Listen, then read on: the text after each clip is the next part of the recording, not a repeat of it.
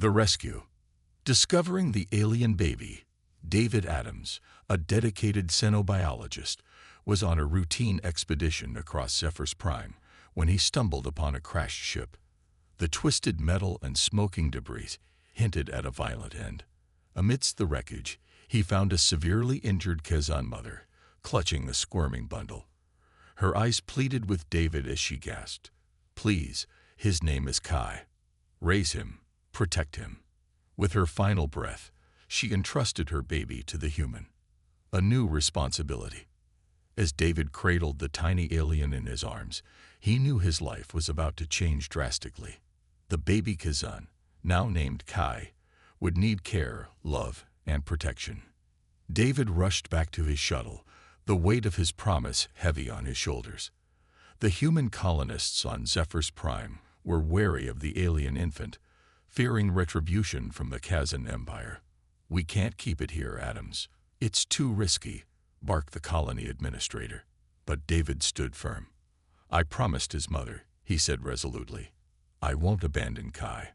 Starting a new life, determined to keep his promise, David began studying Kazan biology. He observed Kai's growth, noting his rapid development and unique abilities. The colony's council debated the infant's fate, but when a Kazan warship appeared in orbit, demanding the child's return, there was no time left to deliberate. Alarms blared as the council turned to David. "It's on you now, Adams. Get that thing off our planet before we'd all end up dead." Heart pounding, David raced to the spaceport with Kai in his arms, narrowly escaping into space before the Kazan cruiser could lock onto them. Adjusting to parenthood. As they hurtled through space, David tried to calm the squirming baby. "It's going to be okay, Kai. I won't let anything happen to you."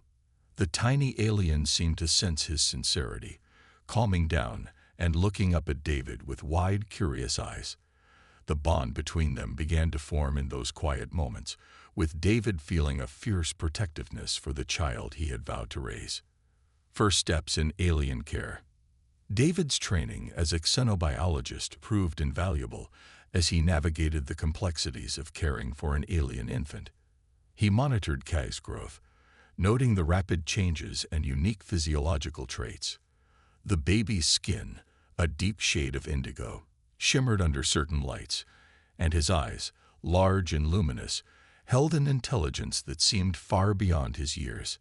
David marveled at the differences and similarities between humans and Kazan, documenting his observations meticulously. On the run. A life on the run. With danger lurking at every turn, David and Kai fled from system to system, always staying one step ahead of their pursuers. They found temporary respite on a remote space station, a notorious haven for the dregs of galactic society. David took on illegal gene modding jobs to earn credits, while Kai learned to control his burgeoning abilities. Despite their efforts to remain unnoticed, trouble soon found them. The bounty hunters. One evening, David noticed a group of rough-looking aliens watching them in the grimy cantina. "Bounty hunters," he muttered. "The Kazan must have hired them." David tossed a handful of credits on the table and whispered to Kai, "We need to go. Now." But as they wove through the crowded cantina, a plasma bolt sizzled past David's head. The hunters were onto them. Chaos erupted as the hunters fired indiscriminately, but David and Kai managed to escape, sprinting through the station's dimly lit corridors with the bounty hunters hot on their heels. Kai's growing powers. As they reached a junction, two more hunters stepped out, disruptor rifles aimed. Trapped, Kai acted on instinct. Thrusting out his hands, he unleashed a telekinetic burst that sent the hunters flying. They'd made it to their ship, David frantically firing up the engines while Kai jumped into the gunner's seat. As they rocketed away from the station, Kai blasted the pursuing ships, causing the docking ring to vent atmosphere in a violent decompression that hurled the hunters into the void. Safely in the shelter of an asteroid field, David let out a shaky breath. "I didn't know you could do that," he said. "Neither did I," Kai replied, a mixture of fear and excitement in his eyes. Bonding in adversity. Life on the run forged a strong bond between David and Kai. The challenges they faced together brought them closer, with David becoming not just a guardian but a father figure. Kai, in turn, began to see David as more than just his protector. He was his mentor, teaching him about the universe, morality, and the importance of using his abilities for good. Their relationship deepened with each passing day, built on trust, love, and mutual respect. Teaching moments. David used every opportunity to teach Kai about human values and ethics. "It's not just about surviving, Kai," he would say. "It's about doing the right thing, even when it's hard." Kai absorbed these lessons, his innate intelligence and curiosity driving him to ask questions and seek understanding.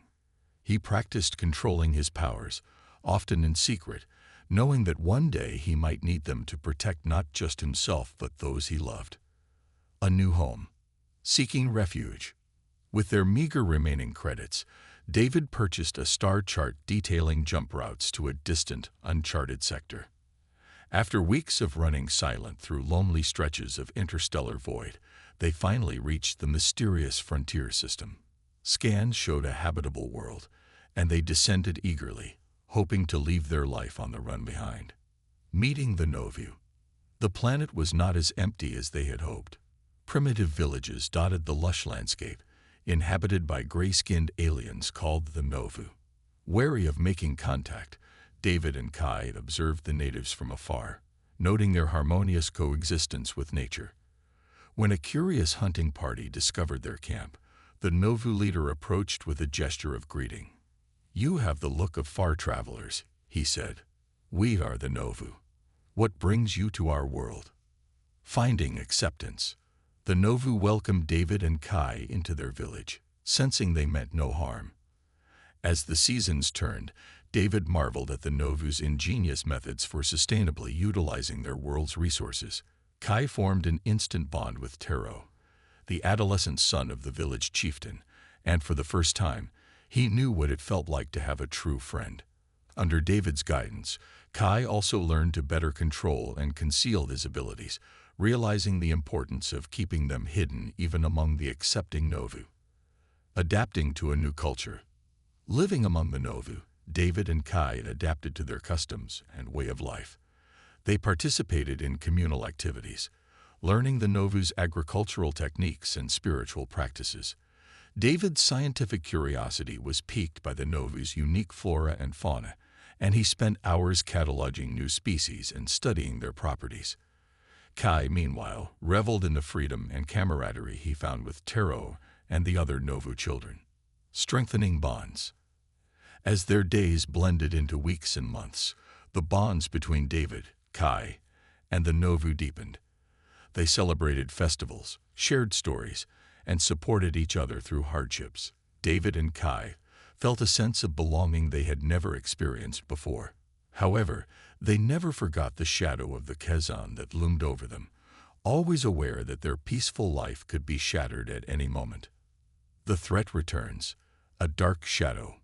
One bright morning, a dark shadow fell over the village as an angular craft descended from the heavens.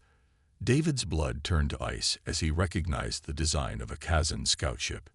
The ship settled in the village square, and heavily armed Kazan troopers stomped down the boarding ramp. The leader, Captain Malachi, sneered as he raised his plasma rifle. "Surrender the fugitives now, or watch as we burn your wretched village to ash." A desperate plan. Kai stepped forward, hands raised in supplication. "Please don't hurt them. I'll go with you willingly," he said, willing to do anything to protect the people who had taken him in. But David put a firm hand on Kai's shoulder. "No, Kai, we can't trust them," he said. Torn by indecision, Kai looked to Tero, his brother in all but blood. Tero met his gaze with a determined look, nodding towards the hills behind the village. "Go. I will distract them." The escape. As Tero led the Kazan troopers on a wild chase through the village, David and Kai escaped through a hidden tunnel. They emerged near their ship, but before they could board, they saw Tero standing defiantly before Captain Malachi. "Where are the offworlders?" Malachi demanded. "Never," Taro declared, just before a plasma bolt struck him down. Blind with grief and rage, Kai threw off David's restraining hand and sprinted to the ship. The engines roared to life as they blasted into the sky, Kai's hands flying over the weapons console. He unleashed a torrent of plasma fire, decimating the Kazan forces below. A new resolve. Kai's anger and grief fueled his determination to protect those he loved. "I won't let them hurt anyone else," he vowed. David, seeing the pain and resolve in Kai's eyes, knew they had to find a way to end the Kazan threat once and for all. "We'll find a way, Kai. Together," he promised, setting a course for the nearest human outpost to seek help and allies. Seeking allies, David and Kai arrived at a human outpost on the fringes of known space.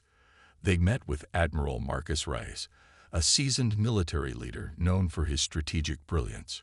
Rice listened to their story with a grim expression. "The Kazan are a formidable enemy, but we've faced worse," he said. "We'll help you, but it won't be easy. We need to gather intelligence and strike at the heart of their operations." The battle begins. Preparing for war. With the help of Admiral Rice, David and Kai began planning their assault on the Kazan stronghold. They gathered a small but dedicated team of human and Novu fighters, each one determined to protect their homes and families. Kai trained rigorously, honing his abilities and learning new combat techniques. David used his knowledge of Kazan technology to develop strategies and countermeasures. Infiltrating the Kazan base. The team embarked on a daring mission to infiltrate a Kazan base and gather vital intelligence. Using their combined skills, they bypassed security systems and neutralized guards, eventually reaching the central command center. There, they uncovered plans for a massive invasion fleet poised to strike at the heart of human space. "We have to stop them," Kai said, his eyes burning with determination. A fierce battle. Armed with the intelligence they had gathered, the human and Novu forces launched a coordinated strike against the Kazan fleet. The battle was fierce and chaotic, with explosions lighting up the void of space and ships, maneuvering in intricate dances of death. Kai's telekinetic abilities proved invaluable, allowing him to deflect enemy fire and disable key systems on Kazan ships. Turning the tide. Despite their initial success, the sheer number of Kazan vessels threatened to overwhelm the Allied forces. As they faced seemingly insurmountable odds, Kai tapped into a wellspring of power he had never known. His abilities surged, and he unleashed a devastating telekinetic wave that crippled the Kazan flagship. Now, while they're disoriented, Admiral Rice shouted, leading a renewed assault that turned the tide of battle in their favor. Victory and loss. The Kazan fleet began to retreat, their ships limping away from the battlefield. Cheers erupted over the comms as the Allied forces celebrated their hard-fought victory. But amid the jubilation, David noticed Kai's labored breathing and pale complexion. "Kai, what's wrong?" he asked, worry etched on his face. Kai smiled weakly. "I used too much power. I just need to rest." A hero's welcome. Upon returning to the human outpost, Kai was hailed as a hero. The Novu and human forces alike celebrated his bravery and skill. But as Kai lay recovering, he couldn't shake the feeling that the battle was far from over. The Kazan would regroup, and they would come back stronger. "We have to be ready," he told David. "They won't stop until we're all dead or enslaved." The Kazan's counterattack. A new threat. Just as Kai had feared, the Kazan regrouped and launched a counterattack. This time, they'd brought a new weapon, a bioweapon designed to target human and Novu physiology. Alarms blared as the outpost's sensors detected the incoming threat. "We have to evacuate," Admiral Rice ordered. "Get everyone to the underground shelters." Fighting the infection. As the bioweapon spread, causing debilitating symptoms in those it infected, David and Kai worked tirelessly to find a cure. David's knowledge of xenobiology proved invaluable as he identified the pathogen's weaknesses.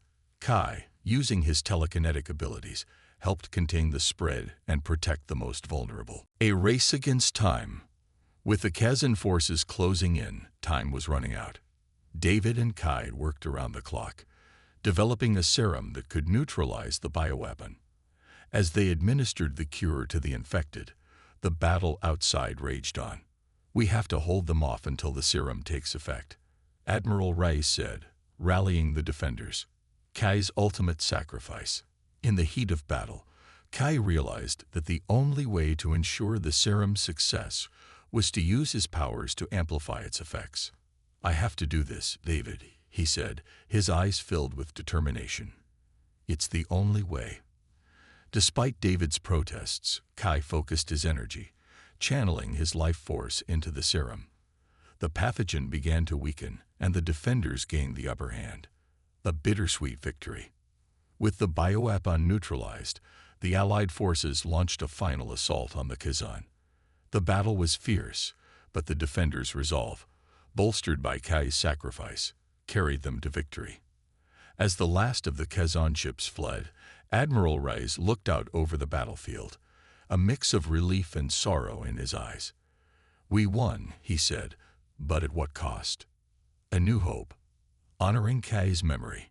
In the aftermath of the battle, humans and Novu gathered to honor Kai's memory. A solemn ceremony was held, with leaders from both species paying tribute to the young hero who had given his life to protect them all. "We owe our survival to Kai," Admiral Rice said. "His sacrifice will never be forgotten." Rebuilding and renewing. With the Kazan threat temporarily neutralized, the humans and Novu began the process of rebuilding. They strengthened their defenses, repaired their ships, and forged new alliances. David, now a respected leader, continued his work in xenobiology, using his knowledge to improve the lives of both humans and Novu. A lasting legacy. Kai's legacy lived on in the hearts and minds of those he had saved. His story became a symbol of courage, resilience, and the unbreakable bond between humans and their alien allies. As new challenges arose, the memory of Kai's sacrifice inspired them to stand strong and face whatever came their way. Looking to the stars, as the years passed, humanity and the Novu continued to explore the stars, always vigilant for new threats and opportunities. They carried with them the lessons learned from their battles with the Kazan, striving to build a future where peace and cooperation prevailed. A united future. David stood on the bridge of his ship, looking out at the vast expanse of space.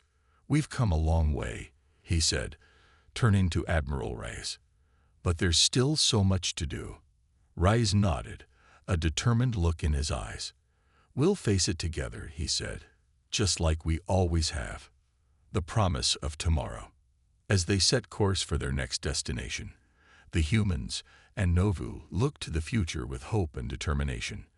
The memory of Kai's sacrifice served as a reminder of the strength and resilience of the human spirit. No matter what challenges lay ahead, they knew they would face them together, united by a bond that could never be broken.